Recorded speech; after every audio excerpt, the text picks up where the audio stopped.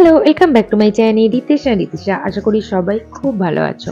চললাম তারাপীঠ। হঠাৎই ঠিক হয় যে তারাপীঠ যাওয়া হবে মহালয়া। আজ 1 অক্টোবর, কাল 2রা অক্টোবর, কাল আছে মহালয়া। আমরা 4জন আর যাচ্ছে রাজেশের মামা মামি, মামার বড় ছেলের ছেলে মানে মামার নাতি যাচ্ছে, আর মামার ছোট ছেলে। ছোট বড় মিলিয়ে আমরা 8জন চললাম তারাপীঠে। পৌঁছালাম হাওড়া স্টেশনে। আর আমরা যে ট্রেনটায় যাব সেটা হলো intercity express, Howrah to Malda. আর আমরা তো নামবো রামপুরহাট স্টেশনে। তো ভিডিওটা তোমরা শেষ পর্যন্ত দেখতে থাকো। মহালয়া তারাপীঠ কতটা সুন্দর হয়। আর এসে পৌঁছালাম রামপুরহাট স্টেশনে। এই প্রথম দেখলাম ঠিক স্টেশনে কারেন্ট নেই, সকলে মোবাইলে টর্চ দিল ঘুরে বেড়ায়। দেখ বাইরে এলাম, বাইরে এসেও দেখ কারেন্ট নেই। হ্যাঁ কারেন্ট এসে গেছে।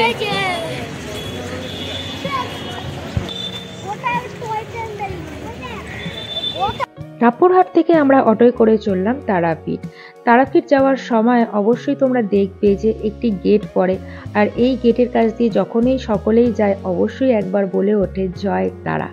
তো আমরা এসে তারাপীঠে পৌঁছালাম। আর আগের দিন রাজেশের মাসির ছেলে ও তার বন্ধুরা এসে এখানে পুজো দিয়েছে। ওদেরকে বলা ছিল যে একটি হোটেল বুক করে রাখার জন্য। এই হলো হোটেল ইল্লোরা, ভীষণই পছন্দ হয়েছে আমাদের।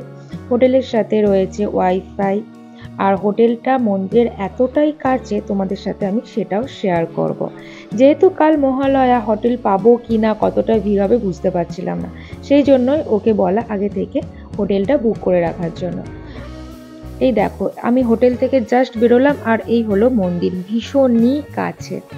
আজকে পুজো দেব না, পুজো দেব কাল মহালয়া, মহালয়ার ভোরে পুজো দেব। কিন্তু মায়ের কাছে এসে একবার মায়ের সাথে দেখা করবো না, সেটা তো হতে পারে না।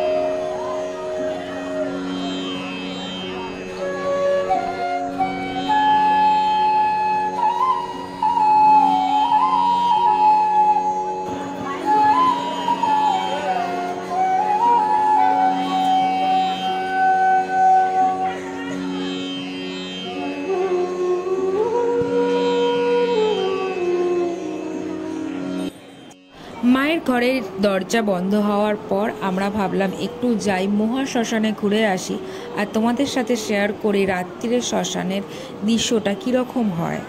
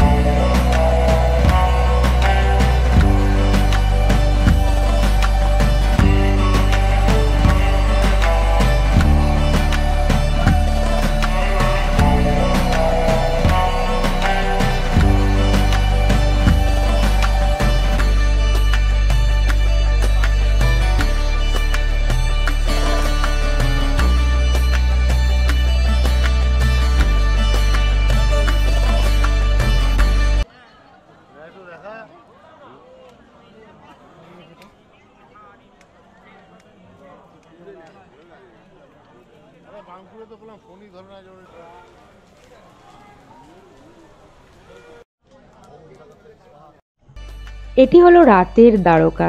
রাতের দ্বারকা কিরকম থাকে, কতটা নিস্তব্ধ দেখো। আজ পিতৃপক্ষের অবসান, কাল দেবী পক্ষের সূচনা।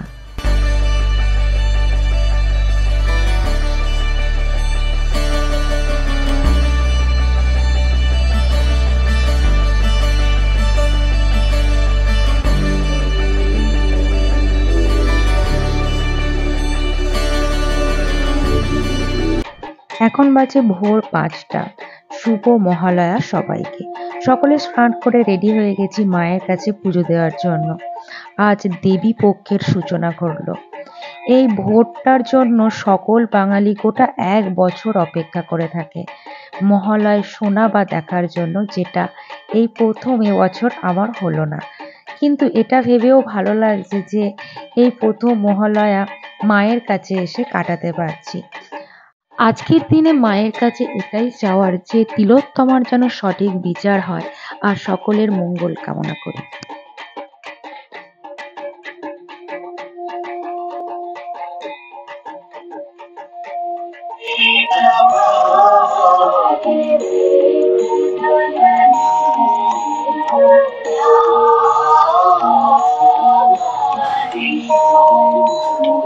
পুজো দেওয়ার লাইন এগোনোর সাথে সাথে দেখতে পেলাম মায়ের ভোগ রান্না হচ্ছে, তাই সেটাও তোমাদের সাথে শেয়ার করতে চলে এলাম।